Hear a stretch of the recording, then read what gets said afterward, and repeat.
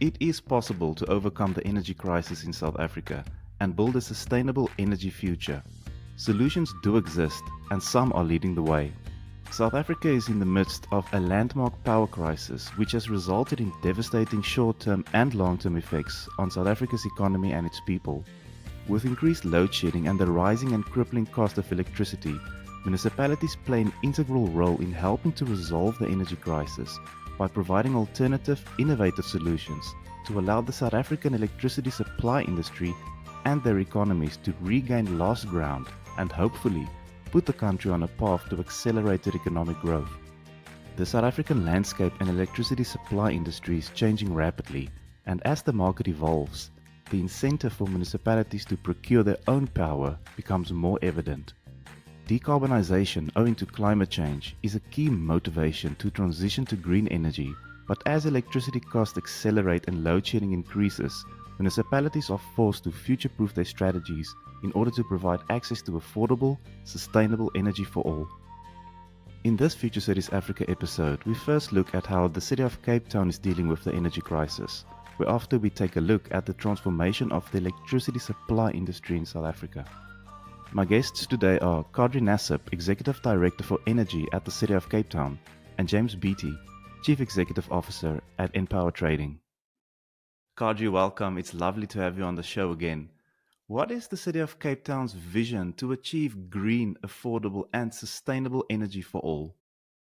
Well, firstly, thank you for the question. And yes, the most important consideration for us as a city is the ultimate migration to an energy secure future, an energy market which is then dominated by private sector participants. We believe very strongly that competition will be healthy and that we should be able to wean ourselves off an energy supply from Eskom, which is neither affordable or reliable at the moment. And so we see that as being critical to our plans to ensuring a smooth transition ultimately to an energy system which is decarbonized. And certainly by 2050, we would see that Cape Town itself would be a net zero carbon city. At the same time, we would have, as I said earlier, an open competitive marketplace dominated by generation coming through from third parties, as well as the establishment and the growth of a prosumer market where consumers, both residential as well as commercial, are able then to install solar arrays on their premises and be able to export the extra power back into the city. So a lot of effort has gone into developing these systems and these processes that are designed to open up the marketplace. And I'll be happy to share with you quite a few ideas in terms of where we are in terms of progress with a lot of those initiatives. Please may you summarize the municipality's energy strategy both in the short and in the long term. Well, our energy strategy is, of course, guided by the current environment that we find ourselves in, which is, of course, dominated by the load shedding crisis. And so for us, an integral part of our energy strategy will be the stabilization of our network as a response measure to the crisis that we're experiencing. Beyond that, we want to take into consideration, I think, other factors as well. That includes optimal utilization of our resources. And those resources could be natural resources, they could be financial resources, human resources, etc. But then also looking at poverty alleviation within the city, noting, of course, that the current high prices of electricity are not conducive to growth of the economy, and in particular towards sustaining any form of reasonable lifestyle for indigent members of our society. Over and above that, of course, there has to be this transition to what we would call a future-fit utility, where the current price shocks, as well as the trend which is away from the grid supply, obviously then has an impact on revenue collection for the city going forward. So we have to restructure ourselves to be more aligned to the needs of our communities, while at the same time taking into consideration the growth aspirations of the organization as well, to better serve its customers going forward. Ultimately, our goal in the energy strategy is to reach a transition to a far more sustainable energy platform, one which, as I've said before, also talks to decarbonization. So if you were to look at 2030, for example, our goal would be for, let's say, all city buildings to be net zero carbon, and then ultimately to align that to our goal of being a net zero carbon city by 2050. So the energy strategy must talk to our decarbonization goals while at the same time ensuring in the short term that we help mitigate the impact of load shedding, while at the same time looking ahead and making sure that the optimal future marketplace looks the way that it should look. Can you highlight some priorities or programs implemented to enable and drive change within the energy system?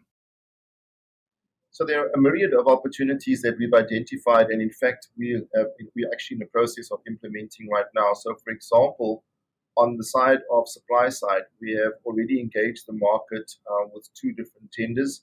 The first tender is for embedded generation, and there we're looking to award up to 200 megawatts of power, and that tender opened up in February of last year.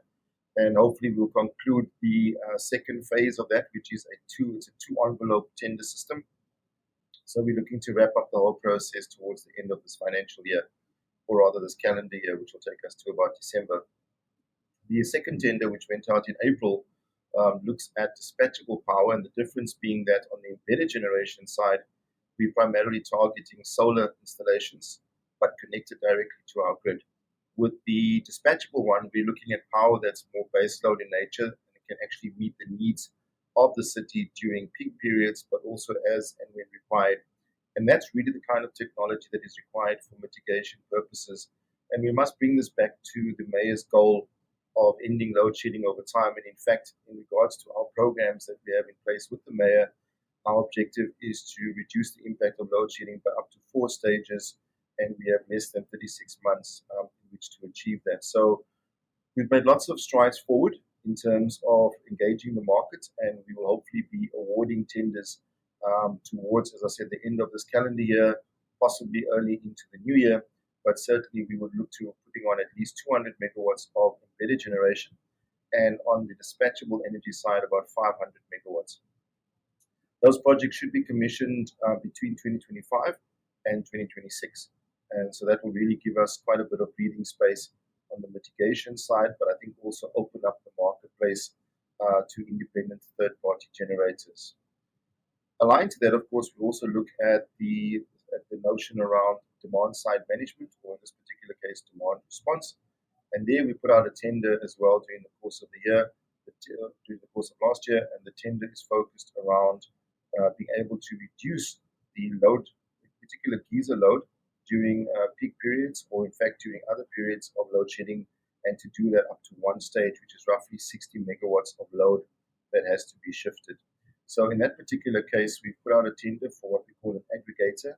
An aggregator would be a third-party supplier or contractor who was able to pull together all the residential households in terms of being able to manage the reduction at a centralized level, but they take care of the individual installations on our behalf. So we've gone to market to find an aggregator. We're now in the process of looking at the contracting phase after having awarded the tender to a preferred bidder, and hopefully they'll be up and running within the next few months, subject to any appeals that might be lodged in regards to the actual award. But as I said, that will hopefully give us another 60 megawatts in terms of load shedding capability. Now, in terms of accessing the market and opening up that marketplace, we've also allowed for wheeling to take place. And so we've now engaged the market with respect to a pilot project. We have about 15 projects that are part of the pilot at various stages of development. And there, the expectation is that we'll be able to sort out the regulatory elements. So that we look in particular at the contracts that are applicable between Eskom and the third-party generator, as well as the contracts between the generator and ourselves as the city. And then lastly, also the contracts between the city and the customer, where we still remain the supplier of last resort. So there is a contractual arrangement that needs to be finalized between all parties concerned, and that is being tested during the pilot phase. In addition to that, the transactions that will be metered and monitored on a 30-minute interval basis, those also have to be properly tested, and the data used from that will be used to allow for improvement of the system before we open it up to the entire marketplace. So that is definitely a part of the plan on our side to open up the marketplace. Lastly, just to mention on the small scale embedded generation, we have in the course of last year also opened up the program to allow for our commercial customers to start exporting more power than what they actually consume from the grid, which turns them into true prosumers. And we're now in the process of engaging with those that have applied for that program now to ensure that we can actually actively refund them or credit them with the balance of the power and the value that comes with that after they've cleared their municipal account. So we actually are a long way down the road in terms of that process as well. The only way to ensure the security of energy supply and eliminate load shedding over time is to get more generation online. Electricity generation by the private sector is more accessible than ever and provides an opportunity to generate utility scale electricity quickly. How is the city creating an enabling environment for the private sector that is mutually beneficial to both the municipality and the private sector? Well, I think certainly if you look at the tenders that are out, particularly the embedded generation one and the dispatchable energy one, those are designed to create long-term opportunities for the private sector to provide us with their power for their independent generation. So the embedded generation tender, for example, will have a 20-year power purchase agreement, which I think is very favorable, particularly for solar projects, and aligns itself very well to the National Renewable Energy IPP procurement program. Also, on the dispatchable energy side, we've opted for a long-term contract, but in this particular case, we'll have 10-year power purchase agreements. And that is because we're dealing with substantially larger projects, and we have to keep an eye on what's intended to happen with load shedding in the future, just to make sure that we don't sit with stranded assets, both as ourselves, as a purchaser of power, as well as a generator, for example, that's taken a lot of the technical and financial risk on their shoulders as well. So we're certainly mindful of the possibility that load shedding might end, and so therefore we've taken a more risk-averse approach in terms of placing those contracts for 10 years. On the demand response side, for example, we've also looked at 7-year contracts just to make sure that we align ourselves also to what we think would be the extended time frame attached to load shedding, and then to make sure that our demand response program mirrors what we think would be a realistic timeline for that. Of course, there's no restrictions in terms of small scale embedded generation, so we've opened up that marketplace, as I've said already, to the commercial sector. And within the next year or so, we are likely to open that up to the residential sector to also allow them to export more power than what they're currently consuming from the grid. So a change from the status quo will happen. So certainly we're doing everything in our power to ensure that the third-party generators, as I've mentioned, the wheeling to you as well, have access to our customers, they have access to the network, and they are able to, in fact, even sell power to us. We're also in the process of reviewing trading platforms to see if we should be joining these platforms and use them as the basis to engage the market. So that's looking very likely at the moment, that we'll be choosing 1, 2, or maybe even 3 platforms. And in future bids would be handled through these platforms. And it makes it a lot easier for us. It also allows us to enter into shorter term contracts, which is something that we're quite interested in doing, obviously from a risk perspective. So quite clearly, there will be opportunities even there for the private sector to play a bigger role, noting, of course, that the trading platform would operate nationally and possibly internationally, which means that generators within the Western Cape or the city of Cape Town will have access to off-takers both within the city as well as in the province and nationally. So very exciting times ahead in terms of opportunities for the private sector. What prompted the municipality to decide in principle to open up to electricity wheeling? Wheeling is actually allowed for in terms of the NRS specifications that govern the use and management of our network. So access to third parties is guaranteed. So that is a consideration on our side that we've had to take into consideration. However, on a voluntary basis, we also believe very strongly that our consumers have the right to choose the supplier that they would like to have, provide them with electricity, particularly if the source of power is clean, green, and actually meets their needs from an international competitiveness perspective. So many of the customers that have signed up for the pilot project, for example, would have such a requirement where, because of the commodities that they produce and export, or by virtue of their brand, that they would prefer to have clean power. So it's not just a load shedding mitigation measure. It talks to the strength of their brand and how they would like to actually approach the production of their commodities using clean power. So that has been a powerful motivator for us as a city, And that has also allowed us then to develop a wheeling framework that takes into consideration the needs of our customers, but also in an effort to protect the revenue that is required by the city to fund other services, for example, public lighting, etc. So it's a balancing act of trying to make sure that we keep our customers happy while at the same time ensuring that the coffers aren't depleted to allow us to continue to provide the quality of service that we expected to provide for and what we would like to see going forward as being truly a hallmark of a city of hope, which is what Cape Town is. What are some of the key challenges experienced and what is preventing growth? Yeah, so the challenge with wheeling is that, you need to have power that's available somewhere outside of the city of Cape Town, of course. That's why it's wheeling. And not all of the generators, for example, have been able to put their projects together because obviously a critical requirement for any project of this nature has to be the offtake. And until the wheeling component had been resolved, there's no clear indication that the offtake itself would be secure until the city has agreed. So the city has made itself available to support these wheeling projects, which I think is great. But there are concerns, particularly around the contracting side, which is why we've asked that the participants also participate in the process of the vetting of the contracts that govern this particular framework. An important consideration in all of this is the role of the regulator. And the regulator is really expected to approve the wheeling framework. And there has been challenges in respect of getting the regulator to approve our wheeling framework. They've taken an inordinately large amount of time to come to any decisions around that. In fact, we don't even have clarity at this stage on that. But also the wheeling tariffs. Periodically the regulator will not approve a wheeling tariff for whatever reason.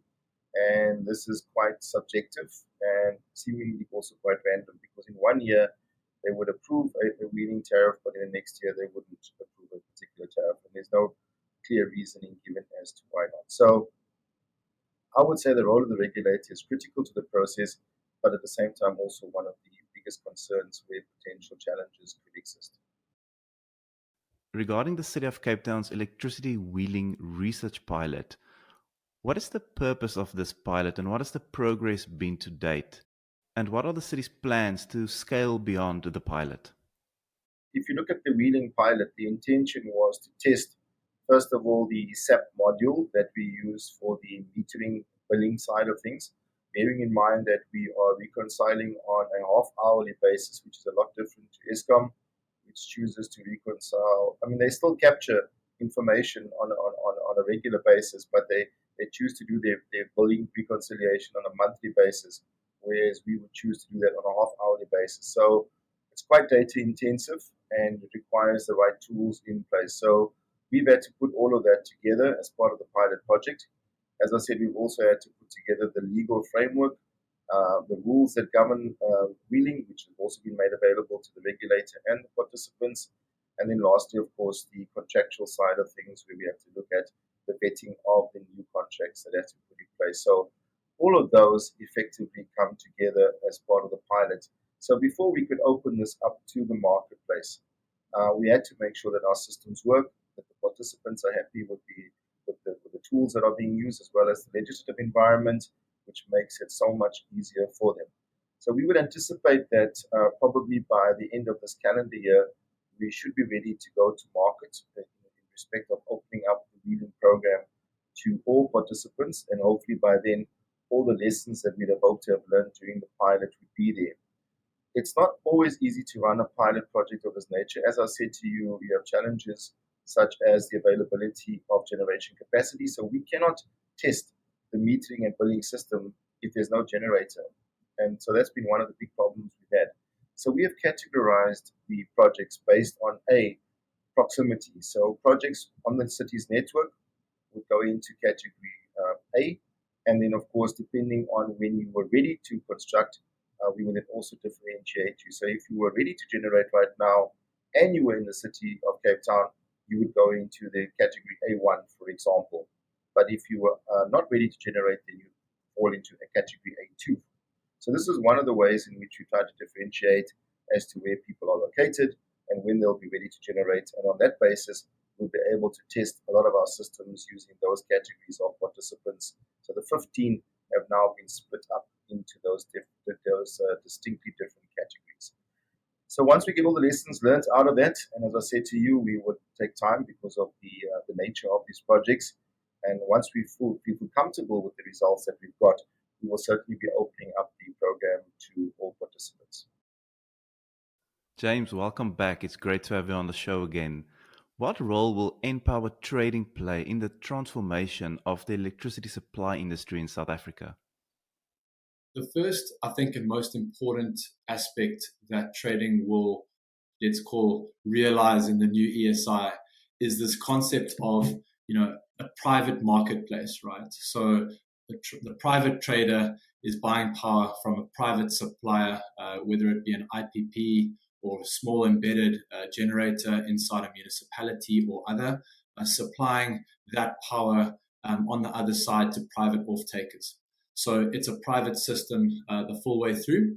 You obviously are utilizing or capitalizing on government infrastructure, Eskom's physical poles and wires and network to deliver that power from A to B. And so even Eskom and the government are being paid a fee for that, what's called a wheeling fee. But this concept of a private system, I think, is very important because, for South Africa and municipalities as well, you obviously now have a more bankable solution that's possible for the country, right? So you've got bankable off-takers that are able to off-take this power, which obviously underpins the construction of new power assets in the country. At the moment, obviously, it's just a reality of where we are. Eskom's balance sheet is very encumbered. It's difficult for Eskom to now, I think, contract with new generation that's underpinned by treasury guarantees because we're close to capacity. So I think this is a very important new source of power that is able to get delivered to our market. And in the medium term, we believe that helps to solve load shedding. Another important, I think, related to this in the earlier stages is this concept of aggregation, which we'll touch on later. But aggregation, which is part of the trading or the earlier stages of the trading model, we believe will allow for us to pool together lots of offtake, which creates liquidity in the marketplace. So more offtake that's able to access, frankly, cleaner and more affordable power solutions on the other side. So I think those would be my first sort of two high-level responses to that. What exactly are the benefits of wheeling for municipalities and local businesses? One of the major ones is, of course, the wheeled solution allows for customers inside those networks to access cleaner, more affordable electricity whilst remaining on the network's grid, right? So that's very important because what that's allowing for is customers to stay happy, customers to want to remain on the network and not leave the network, and, for example, construct their own on-site solutions, etc., which reduces, of course, revenues for the municipality. So I think the most key one there is the municipality is now able to offer a competitive, clean and affordable solution on their network to customers, obviously via a wheeled product, in coordination or working with traders and IPPs. So I think that's a very important one, being point one. Point two is you've obviously got this concept of energy blending, which I think is important. So energy blending, if you're just a customer in a municipality and you want to build yourself some on-site solar, you're only able to get, let's call it 20 to 30% of your energy requirements from that solar asset, right? So 20 to 30% of your power will be green. The balance of the time you will be receiving, what we call in the terminology brown power. So power from the network, which is of course predominantly coal at the moment. So what this wheeled solution or product allows for is traders like Enpower Trading are able to, in the medium term, pool together actual generations. So let's say some solar, some wind as well blended with that, and that product then is able to deliver renewable penetrations of up to almost 80%, if not more than that. So for customers and big corporates as well that are eager to avoid carbon border adjustment mechanism in Europe or hit net zero targets by 2030, or as you've heard before, just frankly want to have green power because that's their preference. This solution, allows for that to meet those targets. So I think those are two very important factors on the customer side. You've obviously got then for the municipality itself some important considerations, kind of linked to the above two as well, which is that without these solutions in place, we've mentioned before that there's a kind of off-grid flight that's occurring in the country, right? Which a bit of, in the terminology, sometimes I hear people talk about a municipal death spiral. It's obviously a horrible thing to say, but without these kinds of mechanisms to alleviate some of that pressure on customers are incentivized to take, excuse the pun, but the power into their own hands and just build their own off-grid solutions. So I think very important for municipalities to preserve their revenues by allowing this wheeled solution and product to take place in their grids.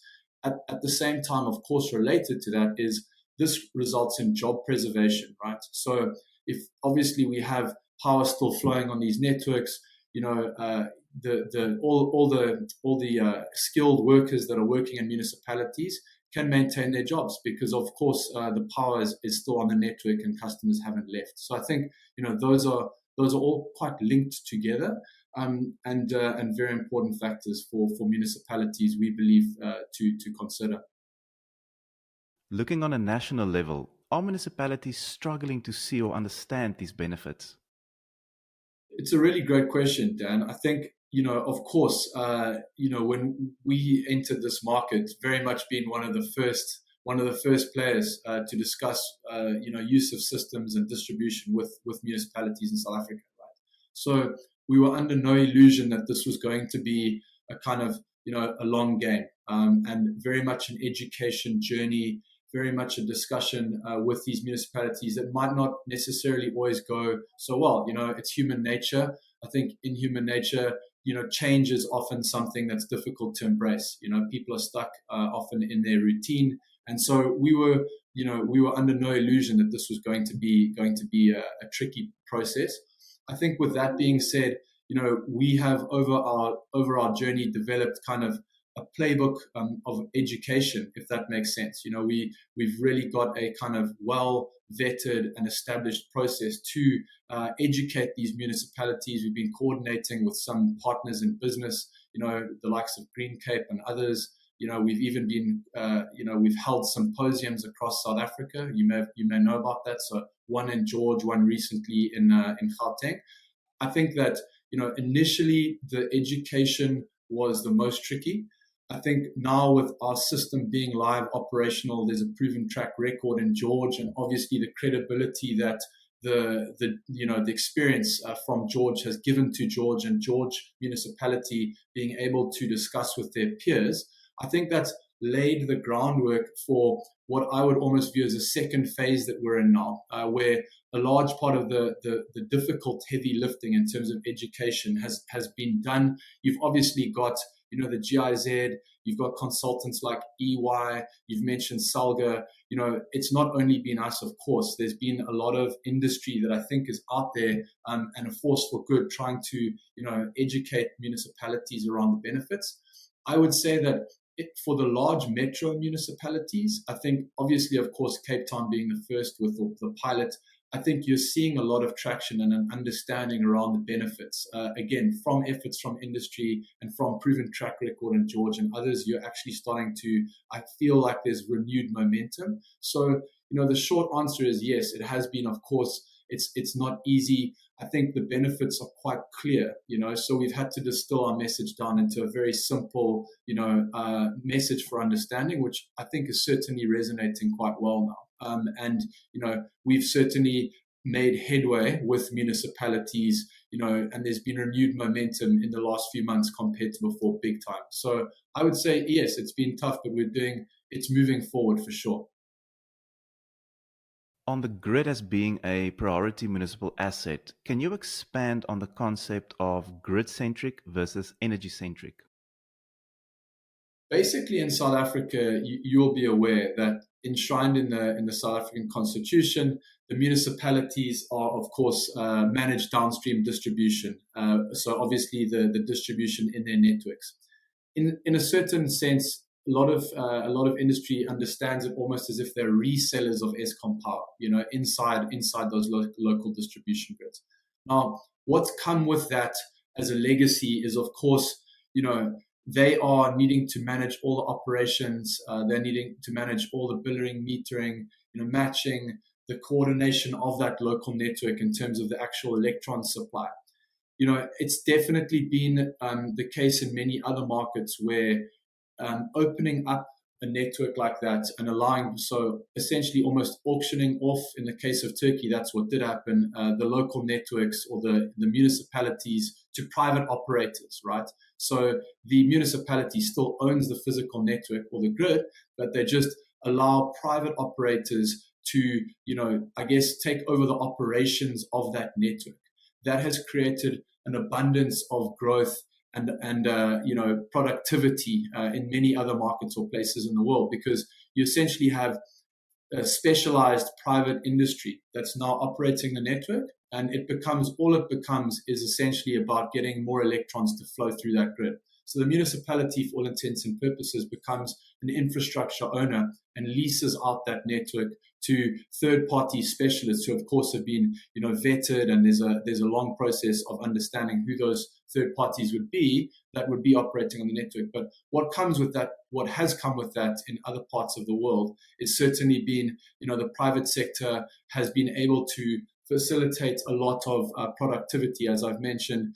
Of course, what we call in the commodities world, the throughput, or the amount of electron supply on that network has traditionally increased substantially because you've got specialization occurring, right? The municipality can focus on physical infrastructure, topics such as grid strengthening, spending cash on updating their network, smart metering, all those types of elements. Staff that would be looking after the networks, that type of arena. And then on the other side, you'd have specialized firms who are, experts in their field in terms of grid management of supply and trading on those networks and delivering and managing the network supply to private customers.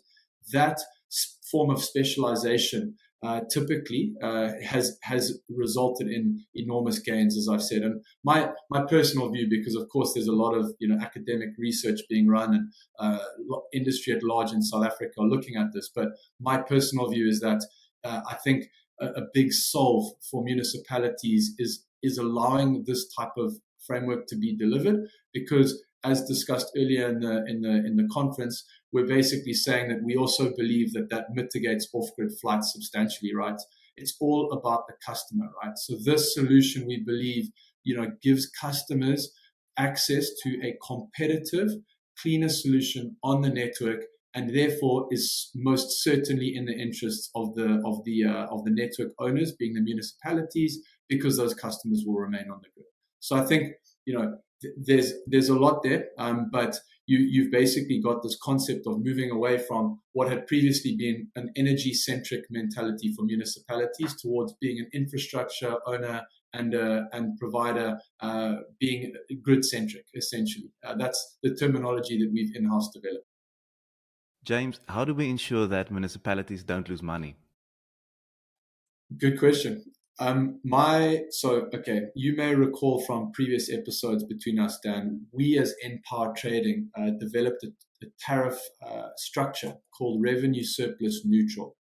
And revenue surplus neutral is quite a tongueful, I guess, but all it means is that municipalities will continue to receive their earnings with respect to power supply, whether we are operating in their networks or not. So we pay them the same fees that they've always been paying, whether it's us operating in the network or not. So it's very important to understand that, because it basically means that the municipalities are not affected economically speaking. When I say economically, I mean purely commercially on the income side. Their income is protected, right? From opening up this network to a private trader inside the network, the municipality's revenue is protected. So all the benefits that we believe exist as summarized earlier in the episode, you're able to avail to your customers through this solution, whilst at the same time preserving your revenues, right? I think that's super important because at the end of the day, customer is king. If the customer is not happy inside the local municipalities, and given the regulatory changes we've seen in South Africa, no limits on various different power solutions anymore, government's been made some positive strides on that side. And what that's also done is it's given customers options. So customers have the option to leave the grid, build an embedded generator, put solar on their roofs, etc., all the rest of it. So with those options, if you're not offering a competitive solution to customers on the municipal network, the customers are incentivized, or a lot of them could be, to leave the network. And so I think from my standpoint, that's a very important topic for municipalities, is that protecting or future-proofing their business model is made possible by availing the solution on the network. And so obviously what that creates, in my view, is a virtuous cycle to preserve their income. You've got customers that remain on the network that are able to get more affordable and cleaner power. They continue to buy power, they expand their operations, they're hiring more people. We are obviously, possibly even in the case of, if we're talking about Western Cape or whichever municipality, if a municipality is more competitive than other municipalities, it might even attract heavy industry and big business to come into that municipality. So you could argue that this is a force for good and a way to be competitive and attract more industry and business into your municipality, which again, feeds back into that virtuous cycle of more income and revenue for your municipality. So we think that, again, customer is king. Municipalities need to focus on that. What delivers support and a customer being happy environment is, we believe, this solution, obviously alongside a lot of the other initiatives that municipalities are looking at. A special thanks to Kadri Nassab, Executive Director for Energy at the City of Cape Town, and James Beattie, Chief Executive Officer at Enpower Trading, for this insightful conversation on Future Cities Africa.